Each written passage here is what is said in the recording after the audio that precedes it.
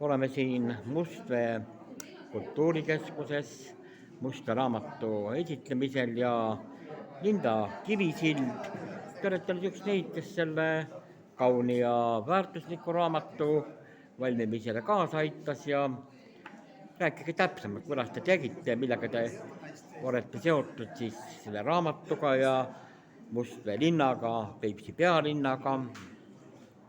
Jaa, minu sidemed Mustveega on küll väga ammused, aga kuna siia perioodi jääb ka see aeg, kui mina töötasin omaaegses Mustvee rajooni lehes, siis ma tegin tõesti siia ühe niisuguse väikese lookese sellest ajast.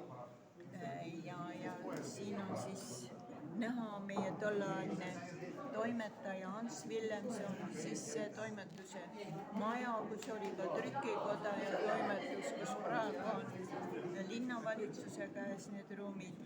Siin oli meie väike toimetuse perekene. Keda me siin pildi peal näeme, kas siis võrdlus ka mõni tuntud ajakirjanik? Jaa, tuntud ajakirjanikke oli meil nii-öelda mitu.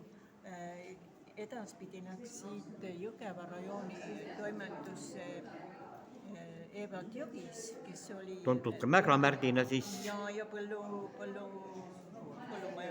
põllumajanduse ajakirjanik. Siis oli Olev Kiutsoo, kes vist ka hiljem sidus oma elu vähemalt Jõgeva rajooniga.